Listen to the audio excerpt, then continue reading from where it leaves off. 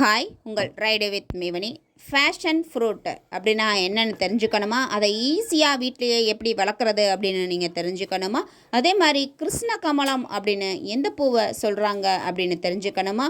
இன்னும் அந்த ஃபேஷன் ஃப்ரூட்டை தமிழில் நம்ம எப்படி சொல்கிறோம்? அதே மாதிரி இந்த ஃப்ரூட்டில் எந்த அளவுக்கு சத்துக்கள் இருக்குது, இது எதுக்கெல்லாம் யூஸ் ஆகுது, யாரெல்லாம் சாப்பிடக்கூடாது அப்படிங்கிறத பற்றியும் இந்த வீடியோவில் நான் உங்களுக்கு தெளிவாக சொல்லியிருக்கேன். ஸோ வீடியோவை ஸ்கிப் பண்ணாமல் பாருங்கள். இன்னும் உங்களுக்கு தெரியாத பல தகவல்கள் நீங்கள் இந்த வீடியோவில் தெரிஞ்சுக்கலாம்.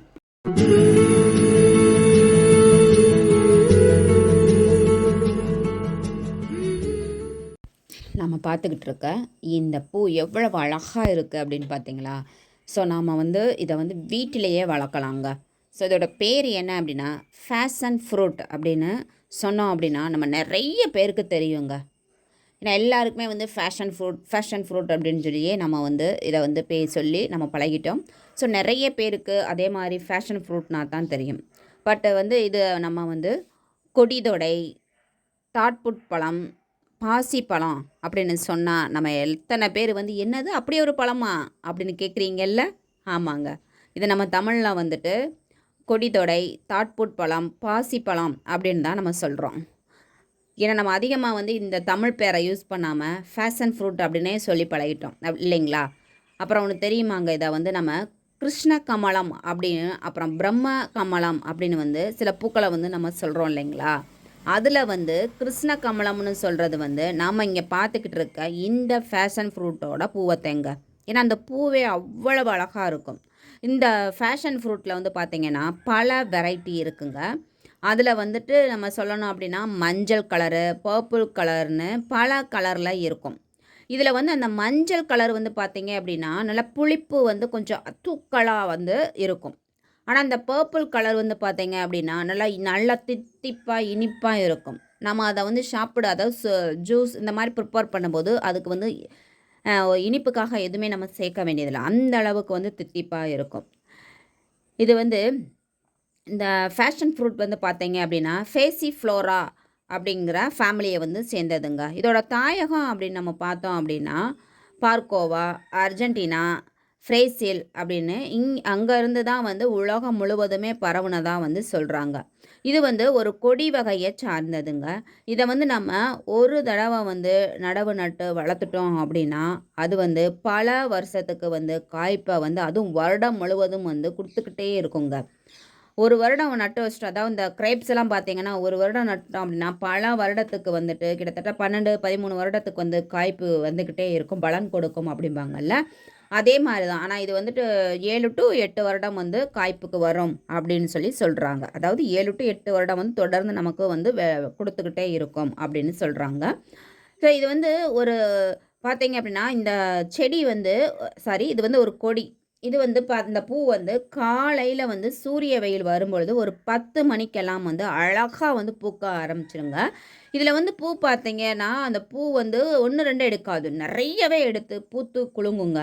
இந்த பூ பூத்து குலுங்க ஆரம்பித்தது அப்படின்னா அது பார்க்கவே அவ்வளவு அழகாக இருக்கும். பூ பூத்து 30 நாளுக்கு மேலே ஆகும் பொழுது அந்த பழங்கள் ரெடியாக ஆரம்பிச்சிடும். இதோட இலை அப்படின்னு பார்த்தோம் அப்படின்னா மற்ற இலைகளை விட ரொம்ப டிஃப்ரெண்ட்டாகவே இருக்கும். இதோட இலைகள் 3ஆக பிரிஞ்சு காணப்படுங்க. அதே மாதிரி கொஞ்சம் நல்லா ஹார்டாக, அதாவது ரஃப்பாக இருக்கும். இதோட பூக்கள் நிறைய பூக்கிறதுனால அதிகமாக தேனீக்கள் வரும். இது ஃபாலினேஷனுக்கு ரொம்பவே ஹெல்ப் பண்ணும். அதே மாதிரி மாடித்தோட்டம் வச்சுருக்கவங்களுக்கெல்லாம் நிறைய இந்த ஃபாலினேஷன் நடக்க மாட்டேங்குது அப்படின்றவங்க தாராளமாக இந்த ஃபேஷன் ஃப்ரூட்டை வளர்க்கலாம். ஏன்னா இது மற்ற செடிகளுக்குமே ஃபாலினேஷனுக்கு ஹெல்ப் பண்ணும். ஏன்னா அதிகமாக தேனீக்கள் வருது இல்லைங்களா? அதனால இந்த ஃபேஷன் ஃப்ரூட்டுன்னு சொன்னாலே அதிக ரேட்டு, ரொம்பவே ரிச்சான பழம் அப்படின்னு நம்ம சொல்கிறோம். இது கடைகளில் அந்த அளவுக்கு அதிக ரேட்டாக, ரொம்ப என்ன சொல்கிறது, ஒரு கிடைக்காத, ஒரு ரொம்ப ரேரான, ரிச்சானதுன்ற அந்த மாதிரி சொல்லி அதிக ரேட்டில் விற்கிறாங்க. இதை நாம் அழகாக வீட்டிலையே வளர்க்கலாங்க. அதுக்கு இந்த செடியை நம்ம வளர்க்குறோம் அப்படின்னா அதுக்கு அதிகமான மெயின்டெனன்ஸ் தேவையே இல்லைங்க. ஒரு குரோபேக்லையே வச்சு இதை அழகாக வளர்த்துடலாம். அது கொடி அப்படின்றதுனால ஒரு சின்ன பந்தல் போட்டு விட்டோம் அப்படின்னாலே ரொம்ப அழகாக சிறப்பாக வந்து வளர்ந்து வந்துடும். ஆனால் நம்ம அந்த எடுக்கிற அந்த க்ரோ பேக் மட்டும் கொஞ்சம் பெருசாக இருக்கணும். ஏன்னா இந்த கொடி வந்து பார்த்தீங்க அப்படின்னா அதிக அளவில் வந்து வேர் விட்டு வளரக்கூடியதாக இருக்குங்க. ஸோ இது வந்து பார்த்திங்கன்னா எல்லா சீசன்லையும், அதாவது எல்லா வெயில் காலம், தட்பவெப்பம் அப்படின்னு அந்த எல்லா பருவ காலத்தையுமே தாங்கி வளரக்கூடிய ஒரு அருமையான கொடி அப்படின்னே நம்ம வந்து இதை சொல்லலாம். இது வந்து மெயின்டெனன்ஸுமே ரொம்ப ரொம்ப கம்மிங்க. இதை வந்து நம்ம அதிகமாக வந்து உரம் போடணும், அதிகமாக வந்து கவனிக்கணும் அப்படின்றதெல்லாம் கிடையாது. இந்த இதை வந்து நார்மலாக நம்ம அந்த கொடி வச்சுருக்க அந்த மண் வந்து கொஞ்சம் ட்ரை ஆகாமல் ஈரமாக இருக்கிற மாதிரி பார்த்துக்கிட்டோம் அப்படின்னாலே போதுமானதுங்க. இதோட அந்த பூ வந்து பூத்து குலுங்கும் போது பார்த்தீங்க அப்படின்னா வீட்டை வந்து அலங்கரிக்கக்கூடியதாக இருக்கும். இதை வந்து அதுக்கு மட்டும் இல்லாமல் இந்த பூவோட அந்த அந்த விரிகிற தன்மையை பார்த்தோம் அப்படின்னா அவ்வளவு அருமையாக இருக்கும். அந்த பூவை நம்ம பார்த்தோம் அப்படின்னாலே அதனுடைய அந்த ஸ்ட்ரக்சரு, அதனுடைய அதில் இருக்க அந்த ஒரு சென்டரில் இருக்க டார்க்கு பர்பிள் கலர், அதை சுற்றி வந்து பார்த்தீங்க அப்படின்னா ஒயிட் கலரில் அழகாக வந்து சூப்பராக இருக்கும். அதோட பூவை நீங்கள் பார்த்தீங்க அப்படின்னாலே நம்ம அதை பார்த்துக்கிட்டே இருக்கலாம். அந்த அளவுக்கு வந்து அட்ராக்டிவாக இருக்கும். நம்ம மனசுக்கு வந்து ரொம்ப ரிலாக்ஸாக இருக்கும். ஒரு மாதிரி மனபாரமாக இருக்கும். சில நேரம் பார்த்தீங்க அப்படின்னா ஏன் கவலை வருது அப்படின்னே தெரியாது. நல்லா இருப்போம், வீட்டில் ஒன்றும் நடந்திருக்காது, ஆனால் டக்குன்னு நம்ம மனசு சோர்வாக இருக்கும்.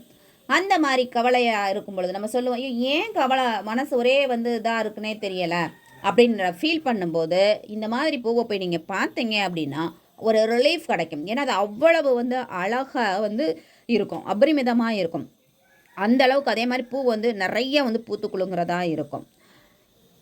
இது வந்து எல்லா கிளையிலையுமே வந்து மொட்டுக்கள் வந்து செழித்து வளரக்கூடியதாக இருக்கும். இந்த பூவை பார்த்தா நிறைய நம்ம இலக்கியங்களில் வந்து குறிப்பிட்டிருக்காங்க. அந்த பூவோட சிறப்புகளை பற்றி நம்ம தமிழ் இலக்கியங்களில் அதிகமாக வந்து குறிப்பிட்டிருக்காங்க. இப்போ நம்ம இந்த செடியை வந்து பார்த்துட்டோம். இப்போ இந்த பழத்தை பற்றி நம்ம தெரிஞ்சுக்குவோம். இந்த தாண்டிக்கொடி பழத்தில் வந்து பார்த்திங்கன்னா அதிக சத்துக்கள் இருக்குது. இதில் உள்ள சத்துக்கள் அப்படின்னு பார்த்தோம் அப்படின்னா இரும்பு சத்து, phosphorus, potassium, magnesium, sodium, sulphur, chlorine, அப்புறம் vitamin C, vitamin E, vitamin A, அப்புறம் பார்த்தீங்க அப்படின்னா நார்ச்சத்து அப்படின்னு சொல்லிட்டு அதிக அளவில் வந்துட்டு இதில் வந்து சத்துக்கள் வந்து இருக்குங்க இந்த பழத்தில். இந்த பழம் வந்து அதிக நோய் எதிர்ப்பு சக்தியை கொடுக்கக்கூடியதாக இருக்குது. இதனால் வந்து நம்ம உடம்புல வந்து பாக்டீரியா, வைரஸ் போன்ற நுண்கிருமிகள் வந்து தாக்காமல் நம்ம உடலை வந்து நோய் எதிர்ப்பு திறனை வந்து அதிகரிக்க செய்யக்கூடியதாக இருக்குது இந்த பழம். அதே மாதிரி வந்து நம்ம உடலோட சூட்டை வந்து அதிகரிக்காமலோ அல்லது குறைவாகமோ செய்ய பார்த்து உடலில் உள்ள அந்த நீர் கண்டென்ட்டை வந்து நார்மலாக வச்சுக்க ரொம்பவே வந்து ஹெல்ப் பண்ணக்கூடியதுங்க இந்த தாட்புட் பழம். அது மட்டும் இல்லாமல் மலச்சிக்கல் பிரச்சனை இருக்கவங்க தாராளமாக இந்த ஃபேஷன் ஃப்ரூட்டை வந்து எடுத்துக்கறலாம்.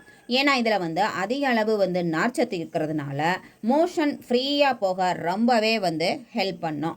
அதே மாதிரி வந்து பார்த்தீங்க அப்படின்னா இது வந்து அந்த நம்ம குடல் பகுதியை வந்து ரொம்பவே வந்து சுத்தமாக வச்சுக்க வந்து ஹெல்ப் பண்ணும். நம்ம மோஷன் ப்ராப்ளம் இருந்தது அப்படின்னாலே வந்து நம்ம உடலில் வந்து பல பிரச்சனைகள் வரும். ஸோ அதனால் வந்து இது இந்த மோஷனை வந்து அதாவது இதை ஒரு மலம் இளக்கி ஃப்ரூட் அப்படின்னே நம்ம வந்து சொல்லலாம். அதே மாதிரி வந்து பார்த்திங்க அப்படின்னா நம்மளுடைய மூளையினுடைய செயல்பாட்டை தூண்டி எப்போவுமே வந்து சுறுசுறுப்பாக வந்து வேலை செய்ய இந்த ஃப்ரூட் ரொம்பவே வந்து ஹெல்ப் பண்ணும். ஏன்னா இந்த ஃப்ரூட்டில் வந்து ஆக்சிஜனேட்டரிகள் வந்து அதிகமாக வந்து இருக்குங்க. இதனால் வந்து ஹார்ட் ப்ராப்ளம் எதுவுமே வராமலும் பாதுகாக்குது. அது மட்டும் இல்லாமல் நோய் எதிர்ப்பு சக்தியையும் நரம்பு மண்டலத்தையுமே வந்து தூண்டுறதுக்கு இந்த தாட்புட் பழம் வந்து ரொம்பவே ஹெல்ப் பண்ணக்கூடியதாக இருக்குது. அதே மாதிரி வந்து சர்க்கரை நோயாளிகள் வந்து தாராளமாக இந்த ஃப்ரூட்டை எடுத்துக்கலாம். ஏன்னா இந்த பழம் வந்து இன்சுலின் சுரப்பை வந்து அதிகரிக்க செய்யுது. அதாவது அந்த இன்சுலின் சுரப்பை வந்து தூண்டி ரத்தத்தில் வந்து சர்க்கரையின் அளவை வந்து சீராக வைக்க ரொம்பவே வந்து ஹெல்ப் பண்ணுதுங்க. இந்த பழம் வந்து அதிக வந்து சத்துக்கள் கொண்டது. அதே மாதிரி பார்த்தீங்க அப்படின்னா இந்த பழம் வந்து ஒரு சிலருக்கு வந்து ஒவ்வாமையை வந்து ஏற்படுத்தும். அது யாருக்கு அப்படின்னு பார்த்தோம் அப்படின்னா அந்த கப உடல் அப்படின்னு சொல்லுவோம். அதாவது கபம் அப்படின்னா சளி தொந்தரவு, இருமல், சளி இந்த மாதிரி தொந்தரவு இருக்கவங்க பழத்தை சாப்பிட்டா சில தொந்தரவுகள் வரும் அப்படின்னு சொல்கிறாங்க. ஸோ அந்த மாதிரி இருக்கவங்க இந்த பழத்தை வந்து ரொம்ப கம்மியாக ஒரு நாளைக்கு ஒரு ஃப்ரூட் அப்படின்ற அளவில் எடுத்துக்கிட்டால் போதுமானது. இந்த பழத்தை வந்து இப்போ நீங்கள் நினைக்கலாம் அதை எப்படி சாப்பிடலாம், உள்ளே ஃபுல்லாக விதையாக இருக்கே அப்படின்னு. ஸோ இந்த பழத்தை வந்து அப்படியே சாப்பிட்லாங்க, விதைகளோடு சாப்பிட்லாம், ஒன்றும் தப்பு இல்லை. அப்படின்னா இல்லை எனக்கு அந்த மாதிரி சாப்பிட பிடிக்கலை அப்படின்னா ஜூஸ் போட்டும் இதை வந்து எடுத்துக்கலாம். இதை வந்து குழந்தைங்கள்லேருந்து பெரியவங்க வரைக்கும் என்ஜாய் பண்ணி சாப்பிட்லாம். அது மட்டும் இல்லாமல் அதோட ஃப்ளேவர் இருக்குது பாருங்கள், அது வந்து ஒரு ரிச்சான ஃப்ளேவராக இருக்கும். அதனால தான் வந்துட்டு இதுக்கு அந்த அளவுக்கு ரேட்டாக இருக்குது. ஏன்னா இந்த ஃப்ளேவருக்காகவே வந்து இதை வந்து அந்த மதுபானங்கள், அதாவது அதிக வந்து ரிச்சான மதுபானங்களில் வந்துட்டு அந்த ஃப்ளேவருக்காக சேர்க்குறதா வந்து சொல்லப்படுது. ஸோ இந்த பழத்தை வந்து நம்ம அப்படியே சாப்பிட்லாம். பாருங்கள் எப்படி இருக்குது அப்படின்னு சொல்லிட்டு. இது வந்து பார்த்தீங்க அப்படின்னா நல்லா வந்து பழுத்த பழம் அப்படின்னு சொல்லுவோம் இல்லைங்களா, அந்த மாதிரி. இதை வந்து நாங்கள் கொடியிலேருந்து பறித்து வச்சு 2-3 நாள் ஆச்சு. சரி, நம்ம சப்ஸ்கிரைபருக்கு இதை பற்றி காமிச்சிடலாமே, ஏன்னா நிறைய பேருக்கு தெரியாது இல்லைங்களா அப்படின்னு தான். அதனால தான் கொஞ்சம் அந்த வாடின மாதிரி இருக்கும். ஸோ ஏன்னா இது வந்து எங்கே பறித்தது அப்படிங்கிறதையும் நான் உங்களுக்கு சொல்லிடுறேன். இது விலைக்கு வாங்கலை, நான் என்னோடய ஃப்ரெண்டு தான் தேனி டிஸ்ட்ரிக்டில், அவங்க வீட்டில் வந்து இதை வளர்க்குறாங்க. ஸோ அப்போ போனப்போ பறிச்சுட்டு வந்து கொடுத்தாங்க. ஸோ பாருங்கள், எல்லாத்தையும் வந்து கிட்டத்தட்ட வந்துட்டு நிறையா இருக்கும், 10-15 பழம் கொடுத்தாங்க. சாப்பிட்டுட்டு அப்புறம் 3 இருக்கும் போது தான் தோணுச்சு, ஐயோ நம்ம சப்ஸ்கிரைபருக்கு இதை காட்டலையே, நிறைய பேருக்கு வந்து இதை பார்த்து சாப்பிட்லாமா, எப்படி சாப்பிட்றது அப்படின்னு தெரியாமல் இருந்திருக்குமே அப்படின்னு. ஸோ அதனால தான் வந்து நான் உங்களுக்கு இதை காமிக்கிறேன். அந்த பழத்தை பார்க்கும்பொழுதே பாருங்கள், அதோட அந்த ஒரு வெளியில் வந்து பார்த்தீங்க அப்படின்னா அந்த ஓடு வந்து ஹார்டாக இருக்கும், கத்தியை வச்சு அறுக்கிற மாதிரி தான் இருக்கும். அறுத்தோம் அப்படின்னா உள்ளே வந்து அப்படியே நல்லா எல்லோ கலர், அதாவது டார்க் எல்லோ கலரில் அப்படியே அதுக்கு உள்ளே வந்து பார்த்தீங்க அப்படின்னா பிளாக் சீடு இருக்கும் பொழுது அதை பார்க்கவே வந்து ரிச்சாக இருக்கும். அதோட ஃப்ளேவர் அட்டகாசமாக இருக்கும்.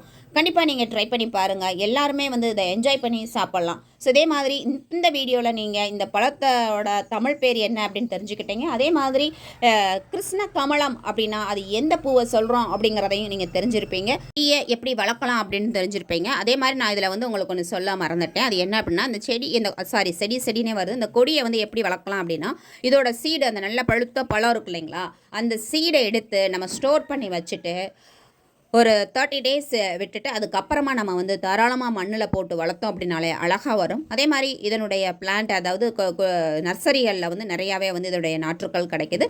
ஸோ வாங்கி நீங்களும் வீட்டில் வளர்த்து என்ஜாய் பண்ணுங்கள். இது ஹெல்த்தியான ஃப்ரூட்ஸ் மட்டும் இல்லைங்க, மனசுக்கு ஒரு ரிலீஃபை தரக்கூடிய அழகான பூக்களை பூக்கக்கூடிய ஃப்ரூட். ஸோ இந்த வீடியோவில் நீங்கள் இந்த செடியை இந்த கொடியை எப்படி வளர்க்கலாம், இந்த வளர்க்குறதுனால வந்துட்டு இதோட யூசஸ் என்ன, எப்படி வந்து மெயின்டைன் பண்ணுறது, இந்த பழத்தோட சத்துக்கள் என்ன, இதை நம்ம எடுத்துக்கிறதுனால என்னென்ன பெனிஃபிட்ஸ் கிடைக்கும் அப்படிங்கிறத பற்றி தெரிஞ்சிருப்பீங்க. ஸோ வீடியோ பிடிச்சிருந்தால் லைக் பண்ணுங்கள். நம்ம சேனலை புதுசாக பார்க்குறீங்க அப்படின்னா மறக்காமல் சப்ஸ்கிரைப் பண்ணுங்கள். அப்படியே பெல் ஐக்கானையும் கிளிக் பண்ணுங்கள். அப்போ தான் நாம் போடக்கூடிய இந்த மாதிரியான யூஸ்ஃபுல்லான வீடியோஸ்க்கான நோட்டிஃபிகேஷன் உங்களுக்கு உடனே வந்து சேரும். இன்னொரு யூஸ்ஃபுல்லான வீடியோவில் உங்களை சந்திக்கிறேன். தேங்க்யூ.